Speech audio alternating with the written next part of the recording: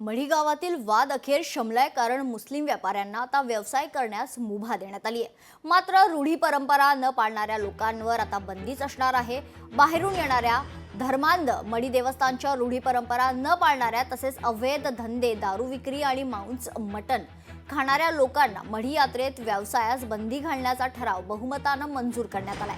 मढी गावचे सरपंच संजय मरकड यांच्या अध्यक्षतेखाली आज पुन्हा एकदा ग्रामसभा घेण्यात आली आहे। या ग्रामसभेत ग्रामस्थांनी मतदान करून बहुमताने रूढी परंपरा न पाळणाऱ्या आणि अवैध खरतर व्यावसायिकांना व्यवसाय करण्यास परवानगी देऊ नये असा ठराव मंजूर करण्यात आला असल्याची माहिती मढीगावचे सरपंच संजय मरकड यांनी दिली आहे।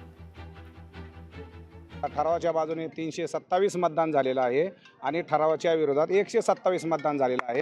म्हणजे तो ठराव या ठिकाणी पास झालेला आहे। सर्व गावकऱ्यांनी त्यासाठी पाठिंबा दिलेला आहे। गावकऱ्यांचा सपोर्ट होता म्हणून हे सगळं शक्य झालेलं आहे। कारण गावकऱ्यांनी आतापर्यंत हे आम्ही सगळे सहन करीत आलोय आणि म्हणून त्याचा हा आज कुठेतरी उद्रेक झालेला आहे। आजची सभा सर्वांच्या खेळीमेळीच्या वातावरणात सुखरूप पार पडली। इथे कुठलाही चुकीचा विषय झाला नाही। मढीची यात्रा ही पहिल्यापेक्षा जास्त भरल, कारण याच्यामध्ये सर्व सदस्य, ग्रामपंचायतचे ग्रामस्थ हे सगळे दुकानदाराला सहकार्य करणार आहेत।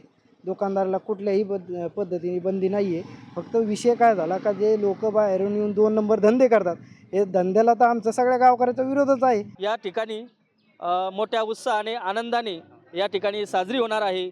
या यात्रेला कुठल्याही प्रकारचं जे अवैध धंदे होते, लाल काळा असेल, खिसे कापणे असेल, चोरी असेल, त्याच्यानंतर सोरट असेल, चक्री असेल, बिंगो असेल, अशा प्रकारच्या कुठल्याही अवैध धंद्याला इथं सारा दिला जाणार नाही। मागच्या वेळेस ठराव रद्द केला होता का गावाच्या याला सपोर्ट नाही म्हणून, पण ह्या वेळेस सगळ्या गावांनी सपोर्ट केलेला आहे याला।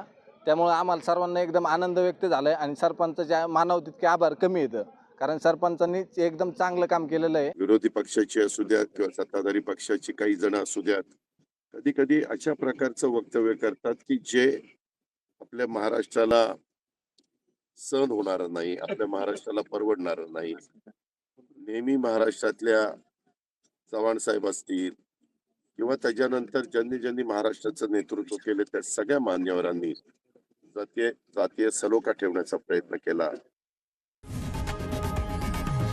लोकशाही मराठी ऐका, पहा, जागरूक रहा।